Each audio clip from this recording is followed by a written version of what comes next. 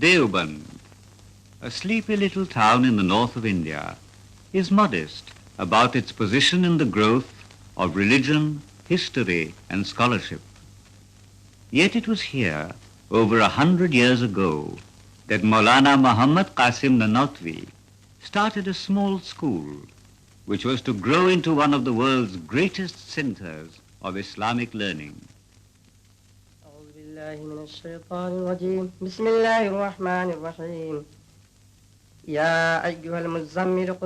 It is the year 1866. Under a pomegranate tree in Chatta Masjid, a small mosque in Deoband, Mullah Mahmud gives his first lesson to a solitary boy. إن لك في النار سبحا طويلا وذكر اسم ربك وتبتل إليه تبتيلا رب المشرق والمغرب لا إله إلا هو. We recall that the first intimation of Islam occurred on a lonely mountain when an angel appeared to Muhammad and said unto him, "Read, read in the name of thy Lord who did create man. Read, for thy Lord is most generous, who has taught man the use of the pen, has taught man what he did not know." It is in the spirit of this injunction that this small mosque ultimately became Darululoom. These courtyards have echoed to the words of many men of profound wisdom and scholarship. Among them, Maulana Rashid Ahmad Gangohi, Maulana Mahmud Hassan, Maulana Ashraf Ali Thanvi, Maulana Habibur Rahman Usmani, Maulana Hussain Ahmad Madani. These are but a few of the names which are associated with Darululoom becoming an international university, often referred to as the Al-Azhar of the East. Thousands of students from India and abroad come here to study a major epoch in the history of the human mind. Comprehensive and deep study of ancient texts is essential, for they contain eternal truths expressed for the first time in human language. The university today has 33 departments concerned with every aspect of Islam, from the artistry of calligraphy to jurisprudence, from morality to the sociology of a dynamic and living religion which believes in the brotherhood of man. Since attaining university status, over 20,000 scholars have graduated from Darululoom. Of these, more than 5,000 have come from far-flung countries in Europe, Africa, and Asia. A unique feature of Darululoom is that learning and living are entirely free of cost to every scholar.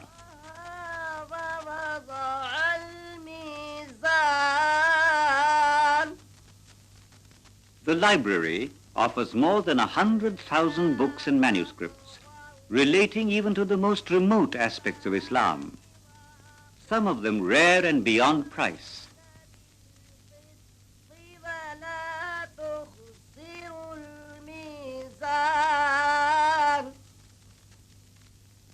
Having traveled along the road of Islam for many centuries, we come at last to the Deoband of today, a small town which has become the focus of the Islamic world, for Darululoom is celebrating its centenary.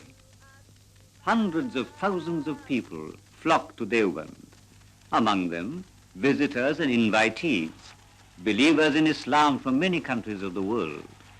After the Friday namaz, the formal celebrations begin with recitations from the Holy Quran.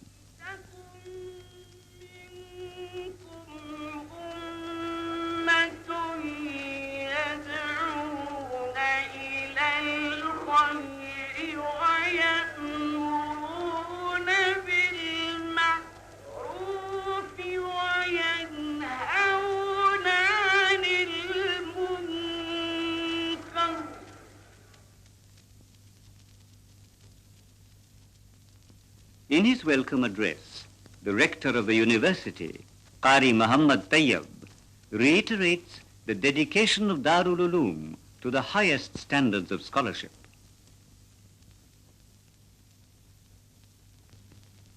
Among the foreign delegates, the representative of the Syrian Arab Republic says, "When we came to Deoband and saw the university, met its people and those working for it, as well as students, we were thrilled to see this great renaissance of Islamic scholarship and attainment of knowledge."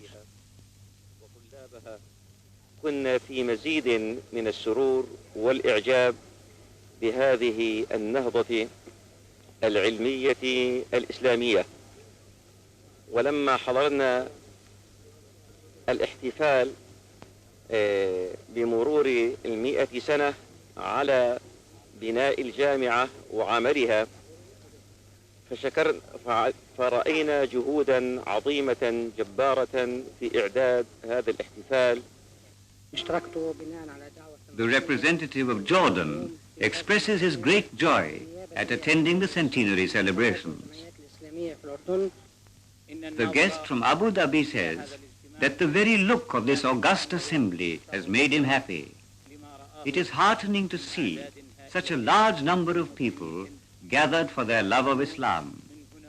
He prays to God that the Muslims of India may have strength in their faith. في العقيدة الإسلامية وحبا في لقاء الوفود الإسلامية المشاركة في الاحتفال، فحيا الله إخواننا المسلمين في الهند وحيا الله عقيدتهم وزادهم ثباتا على ثبات. A scholar from Jerusalem salutes the teachers and the people of India. وحيي شعب الهند وحيي المسلمين علماء وأفرادا عاديين. The representative of Iraq expresses his admiration for the scholars and intellectuals of Darululoom and is proud of this great Islamic institution. وما أثمرت من تخريج علماء ومفكرين ومحدثين مما يوجب التقدير والإعجاب والفخر والاعتزاز. The representative of Kuwait.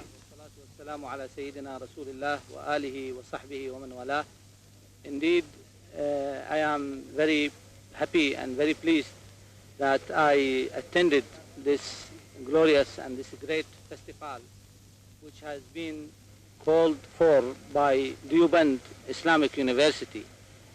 This university, which is well known to us in Arabia and well known to other Muslims all over the world as the main Islamic educational center in India. I would like to say that this great gathering of human beings reminded me of the gathering of Mecca in Hajj, in pilgrimage, where you see hundreds and hundreds of people attending such a great conference every year in Mecca and in Medina. So this gathering gives us the impression that the Indian Muslims, they give their full respect and their full attitude to this Islamic University of Deoband. Indeed, we pray for the prosperity and long success of this Islamic University Deoband. And in the meantime, we are, in the name of myself and in the name of my colleagues from Arabia and the other countries, we are thankful to the government of India because the presence of Mrs. Indira Gandhi gave us the impression that she is giving the government respect and care for the Indian Muslims here. Appreciating this significant occasion, Prime Minister Indira Gandhi welcomes everyone from India and abroad. She is happy that so many religious scholars and representatives of different countries are participating in the celebrations. She congratulates the organizers for the excellent arrangements made for such a huge gathering in such a small town. The very presence of so many eminent foreign personages is proof of the important place that Darululoom enjoys in the world of Islamic scholarship. This is a matter of pride for all the people of India. The scholars of Darululoom fought equally with other nationalists in the struggle for freedom under the leadership of Mahatma Gandhi. The scholars of this great institution infused a new spirit in our national life. And even more, they have made their mark in the entire Islamic world. Quoting the poet Muhammad Iqbal, who said that religion does not teach intolerance, she is proud of the fact that all religions are treated equally in India. She says most earnestly and with great emphasis that the minorities of India will continue to receive protection to life, property and employment.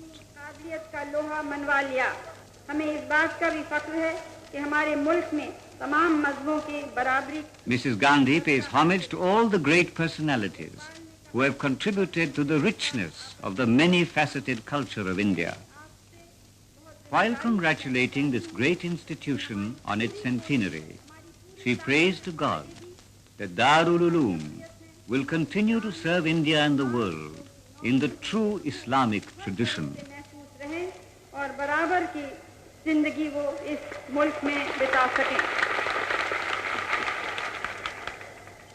इस मौके पर उन हस्तियों को खिराज अकीदत पेश करती हूँ जिन्होंने भारत की रंगारंग सकाफत में अपने रंग भरे। फिर एक बार मैं इस शानदार इदारे को उसकी 100 सालाना तकरीब के मौके पर मुबारकबाद देती हूँ और दुआ करती हूँ कि ये और भी शान के साथ भारत और इस्लामी दुनिया की बराबर खिदमत करता रहे, क्योंकि इंसानियत की खिदमत से बढ़कर कोई खिदमत नहीं है।